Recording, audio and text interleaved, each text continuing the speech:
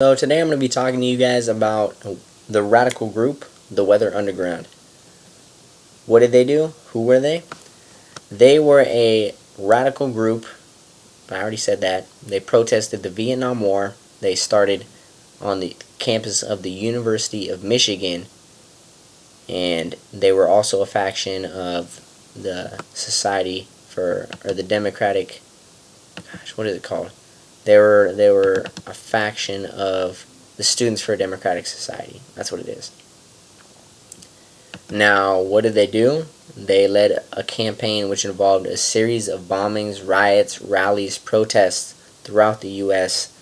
And I'm going to emphasize bombings because they're labeled as a domestic terrorist group, pretty much, because of these bombings throughout the U.S. And that's simply for the fact that they were so darn passionate about what they believed in.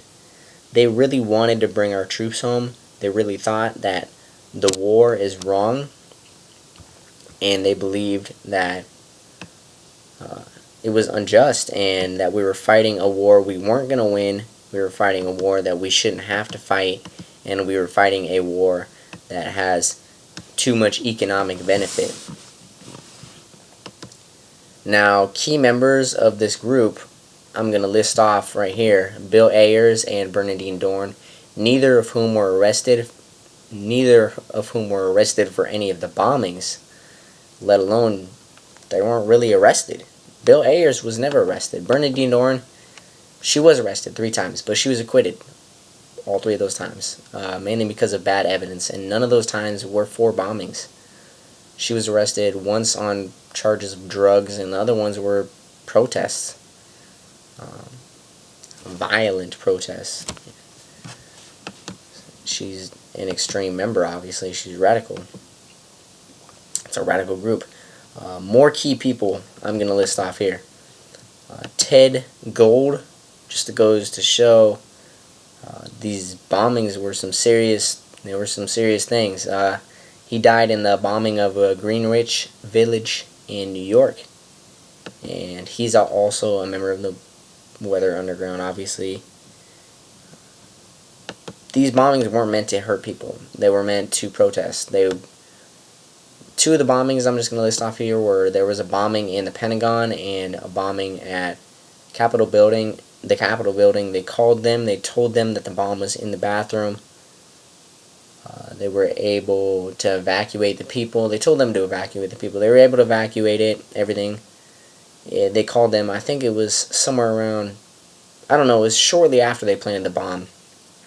So these bombings were not meant to hurt anybody. They were simply for the fact that they were used to protest, an extreme form of protesting, because they believed, I guess they believed, that the government didn't listen to them. At the start, the Vietnam War had all the people's support through the education and the examples and the violent protests, violent bombings from the group, the Weather Underground, and from various other radical groups who believed the Vietnam War was wrong. The government ended up pulling out our troops. We lost the war, and that was kind of it for the Weather Underground. There was a few members that went on to commit a robbery, for which they went to jail for a long, long time, because 3 people were killed in that robbery, which is not fun. I'm going to say one of the guys I found most prominent, actually 2 of the guys, I'm going to say Matthew Steen, who gained national news attention for his part in Weather Underground. And he's the only one out of the group that gained attention on national media. Mark Rude is also very important, simply for the fact that he was a fugitive for many years. He showed that so basically he was a fugitive for many years. He was arrested. He only ended up facing about like a year or something super short in prison.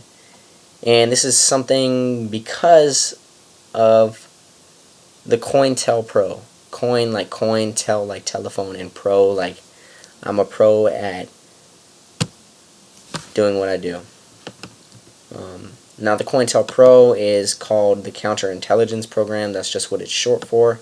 The Counterintelligence Program was a program used by the federal government to gather information on groups like the Weather Underground. However, the ways they used to gather this information and evidence oftentimes were illegal, and so the evidence could not be used. What a great amendment we have in the Constitution about the search and illegal search and seizure. So that's how many members of the Weather Underground got off scotch-free or close to scotch-free. There were many members who participated in the bombings. Many members today are successful and fully integrated with mainstream society today. The reasons this group is so significant, I believe, and I'm going to give you 2 reasons. Number one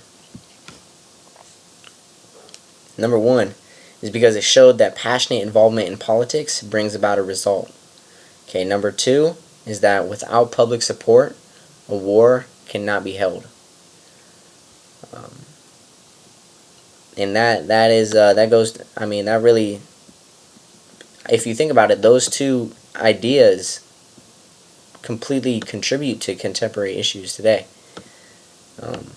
There's not a lot of public support for the Iraq War, so ended up a lot of people wanted to bring our troops home. We have bumper stickers everywhere. You see them when you're driving down the street. You still probably see them because I don't think anybody really ever took those off. It's still kind of buried in everyone's memory. Nobody likes war. War's not fun. At least not for the people that have to fight it. There's economic benefits behind a lot of wars. Now, you might be asking yourself, why did these domestic terrorists not go to prison? Now, these domestic terrorists did not go to prison because of the COINTELPRO. And that's why Mark Rood was a great example of this. Now, it's both they did and didn't.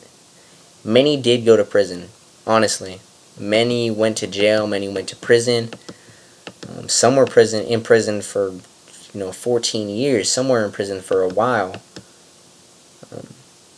But it's all, I guess, with the luck of the draw of what kind of evidence they had against you. However, many members today are fully integrated in today's society. So that's a plus for them, because they contribute to our society today in a positive way rather than bombing. And so that's very good. That is what I think of the Weather Underground and why it really contributes to issues today. And I believe that is all I have to say. Thank you so much, and have a great day.